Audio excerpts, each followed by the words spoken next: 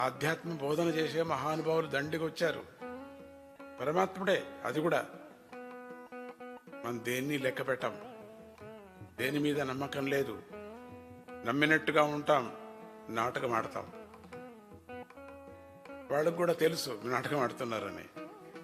ఎటువంటి విద్యార్థి అని వాళ్ళకు బాగా తెలుసు. ఎంత ఎక్స్పైర్ అయిందో వాళ్ళకు, ఎన్ని మాటలు బతికారో, ఎన్ని మాటలు వచ్చారో వాళ్ళు, ఎంతమందిని చూశారో మేటువంటి వాళ్ళని. పాపం ఎన్ని కోట్ల కోట్ల జీవులను చూశారో వాళ్ళు.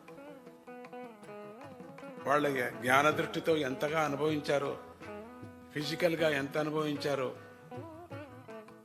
వాళ్ళ ఎక్స్పీరియన్స్లో ఎంత వచ్చిందో మనకేం తెలీదు.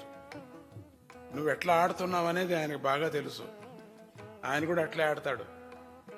ఎంత వలకబోస్తాడో ప్రేమ తెలీదు. అంత నాటకం. నువ్వెంత నాటకం ఆడతావు అంతకన్నా ఎక్కువ నాటకం ఆడుతూ ఉంటారు